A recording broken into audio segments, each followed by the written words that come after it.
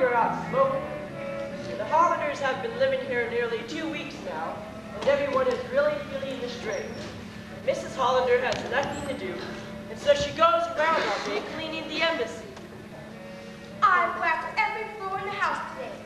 Twice. Even the ones with wall-to-wall carpeting.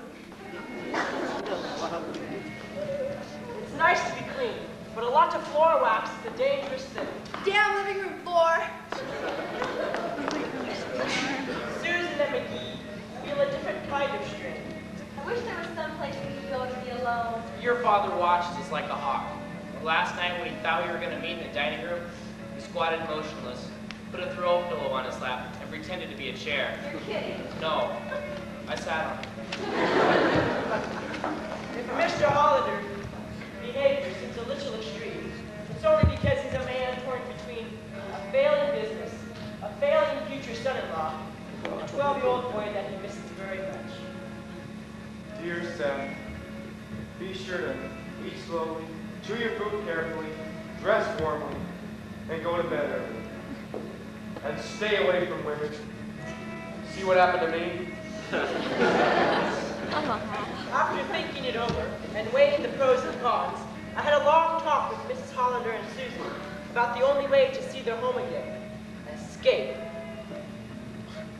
Did Father Dobnrey speak to you about an escape? Yes, and I think it's a wonderful idea. Did you suggest it to Mr. Mcgee? Not yet. I want to wait till the moment's right. Did you suggest it to Daddy? I wouldn't dare.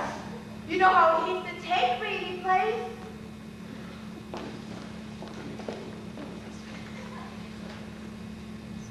Hello, Mcgee. Oh, hello, Father. I didn't want to alarm anyone, but I don't like what's happening out there.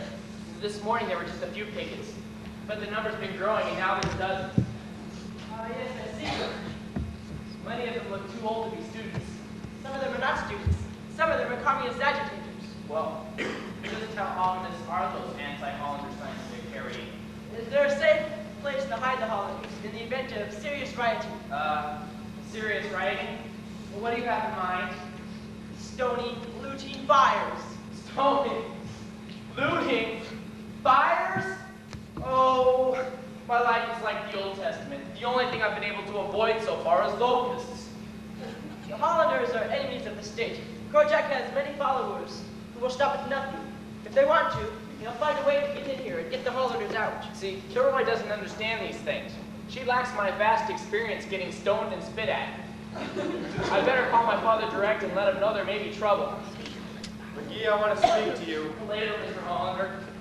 All of a sudden, it's goodbye, successful lawyer, and hello, psychotic diplomat. Walter, it's her own life. She's 23. Who says it's not her own life?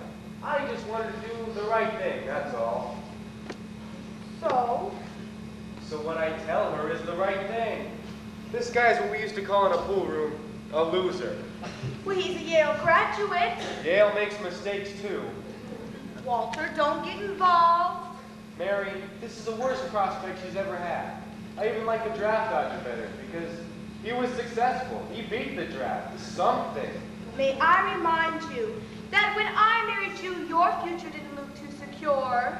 Where do you compare? I have a certain joie de vivre. Well, what good is security if she's not happy? Where does happiness come into this? I'm talking about marriage. When you get married, you give up happiness. All of a sudden, Donald can't make her happy. He's an attorney. He'll have court cases. He'll fill out briefs. There's mortgages. There's litigation. It's romantic. Well, Susan was always a little lukewarm about Donald. I felt. I didn't want to say anything. Hey, what's that? Must be those pickets outside. Marion, be careful. I thought there was just a few. Oh my God! It's a regular demonstration. They have a big stuffed dummy that looks just like you. And they're burning. Well, maybe they think I'm a football coach. Walter, this is not a joking matter. Oh my God! They have big plastic signs with our names on them. Sticks and stones may break my bones, but names will never harm me. Walter, they have sticks and stones. Come away from the windows, Mary. What was that? They're shooting and throwing rocks through the windows. Miss Kilroy just got hit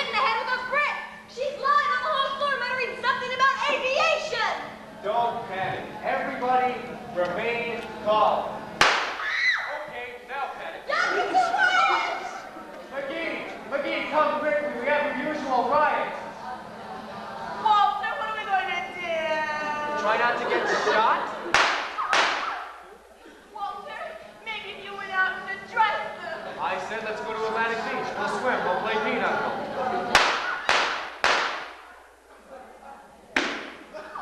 Is everybody all right? What's this? Be careful! It's a bomb! Don't drop it! The slightest tap could blow this place sky high. Oh, don't anybody come near me. They're running away. Everybody, out of the room, quickly. Walter, keep calm. I'm calm. Who's Walter? I've had experience with these things. If I can just dismantle it. Dismantle. Axel, be careful. Oh, my leggages. Where's the itch, Walter? I'll scratch it. Get out of the room, everybody. What about you? Look out the window. You'll see me passing over the house any minute. Come on, Susan. There's no sense in all of us getting coming from land. Thanks, Marion. There! It's dead. I did it.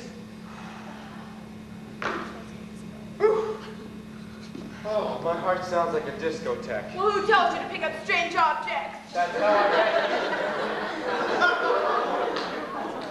Has anyone been hurt? We're all right. How's everyone else? Well, Miss Kilroy got hit in the head with a brick. I think she has a concussion. She thinks she's the Wright brothers. Right, brothers. Call Washington and report this to the ministry. Tell them I tried to contact my father, but he's somewhere in the damn Caribbean. Come quick, Wilbur! I'm coming, Orville. I'm telling you, Wilbur, we can do it! What? Get those machines to fry! You're crazy, Orville. Let's go down to the yacht and ready for there. We'll do it, both of us. But what if it doesn't work, Orville? We must try it and stop this arguing.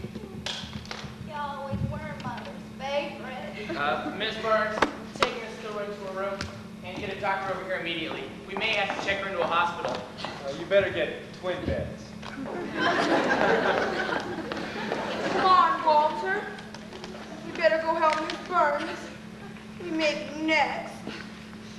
In the absence of my superiors, I have no choice but to give myself a battlefield commission. Until further notice, I'm running this embassy. How exciting. Now, if I could just think of what to do, it would help. I get it. Huh? Axel, supposing my parents and I escape. By escape. What do you mean? By escape, I mean leave here and show up in Newark. You're crazy. Axel, I've already spoken to Father Dobnrey about it, and he says we can do it. Father Dobnrey? The holy Houdini? He can't get himself out of the straitjacket. What does he know? He knows how to get us out of the country, and he sent the cinch. Axel, there's no other way. Susan, why don't you rest? And if you feel the same way next year... Axel, give me one good reason. Death? That's one good reason. If you think your father's uncomfortable here, wait till you see him in front of a firing squad. My parents and I are willing. We've already discussed it. Then your parents should be locked up. And since they're locked up, we have nothing to discuss. Axel! Home on the ring. You have no imagination. Oh, I have a wonderful imagination. I can picture it. 10 minutes after you leave here, I can see Crojack wearing your father's shirt. Axel, why can't we escape? And escape requires timing, coordination, and good physical condition. Your father gets out of breath when I ask him to pass the Psalms. Oh, Axel. For once in your life, take it easy. Don't let things happen to you. That's what life is, you know. A series of adventures you go through with someone you care about. We can do it. You lead the way, though. Burn, get a job, is the way. Susan, have you been smoking the drapes? I'll tell my parents. Well, I thought you said they approved. My mother does. I thought you could tell Dad. I can't go through with this. Mother, Dad, come quickly. Axel has something to tell you. Let's discuss this. Axel, it's just a question of time before another bomb comes flying through this window. You have no right to deny us a chance to save our lives. I'm not good at these things. I like a nice, quiet evening at home. Axel, we can do it together. Be realistic. How could we get out of the building? Well, we could dig a tunnel. Dig a tunnel. Are you kidding? With our knowledge of engineering, we'd probably come up in the stove. Well then, We could sneak out of the back of a laundry truck. I saw that in an old prison movie once. We don't send our laundry out anymore. Your mother does it for the whole embassy. No, you'd only have a chance to say you were at a party, you were dressed as guests, you mingled with the crowd, and left when everyone else leaves. Axel, that's brilliant. What is? Your idea. There's a party near Saturday night for the Sultan. We come in dressed as guests, mingle, and walk right out. That's the craziest thing I've ever heard. Axel, the stroke of genius. What's so urgent? What does the failure need to tell us? Go on, Axel, tell him. Susan? Axel? That was an awfully nasty bomb that came here earlier, wasn't it? You noticed that, huh? Mr. Hollander, in view of our circumstances, after careful thought, I feel our situation calls for a little action. What kind of action? Supposing you actually were trapped spies, what would you do? I deny and claim to be a caterer. What do you want from me? Mr. Hollander, you read the papers. What do families do when they're trapped behind the iron curtain? And they want freedom desperately. So desperately, their lives depend on it. What do? They escape. They dig tunnels or go over walls. They forge passports or go through roadblocks. It's been wonderful chatting with you, Mcgee. If you have any more hysterical notions, be sure and let me know. Mr. Hollander, it's the only way. Escape. What an interesting idea. You're crazy, Mcgee. Do you know you're crazy? Years of insanity have made you crazy. Why not, Dad? Grouch, you gonna listen for a minute? Home on the way. Mr. Hollander, it's a matter of life or death. You picked the wrong person to talk to about an escape. I don't escape from places. That's not my field. I enter, and I stay. It's wrong to reject an idea just because it sounds radical. That's exactly it. It's radical. And when it comes to things like going over walls or forging passports, I'm a terrific conservative. I'm the John Birch of the escape world. Calm down, will you please? Marion, have you ever seen a man with a hernia running from a tank? Dad, you read about it every day. Couples escape. Husband escape. Lovers free tyranny. What you read is couple shot escaping, husband shot escaping, lovers killed, fleeing tyranny.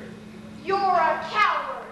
That's right, Mr. Anthony. If you wanted a hero, you should have married Sergeant York. You want your daughter to grow up here the rest of her life? I'd rather she grew up here than grew up as an orphan. I'm funny that way. I can take anybody's orphan but my own. You want your daughter to meet other eligible men, don't you?